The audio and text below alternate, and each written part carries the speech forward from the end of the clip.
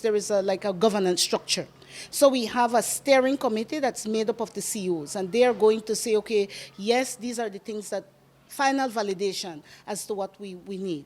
There is a planning committee that looks at what are some of the areas that we need to do, like this data needs assessment. This is something that has to be done. So the planning committee plans that data needs assessment to find out from the government what it is that they need, because the mix comes with a laundry list of questions. There is 177 questions, I think, and we can't go in a household and give a questionnaire that is 2 to 3 hours. No woman would answer that kind of questionnaire. So we need to look at what are critical questions that we need to ask, so that at least we can say, okay, maximum an hour we will spend in a household, and then people are more open to doing a questionnaire. The mix is a survey that's composed of several modules that cover a wide range of areas: health, disability, child labor, education.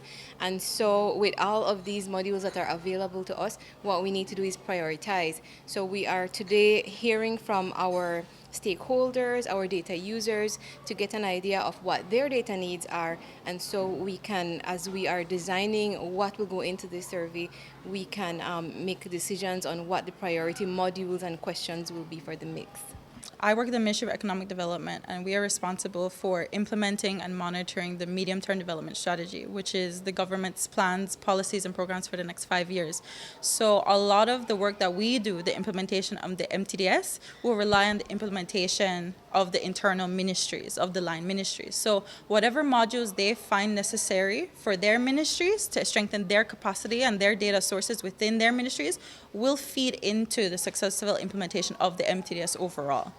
We're looking at the data, at gaps that where we will, in this workshop, we are going to identify and what are the data that is mostly needed in the Ministry of Health, or what are data that is like a gap, no? So that is what we are here for and to discuss. And when the survey is ready, then we will use that data for our daily work. So as a health educator, we work mostly in the communities.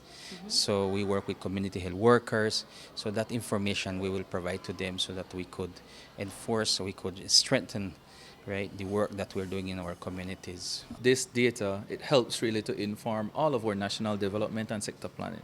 The importance is that the indicators, of which 40 of them also helps us to report on the Sustainable Development Goals.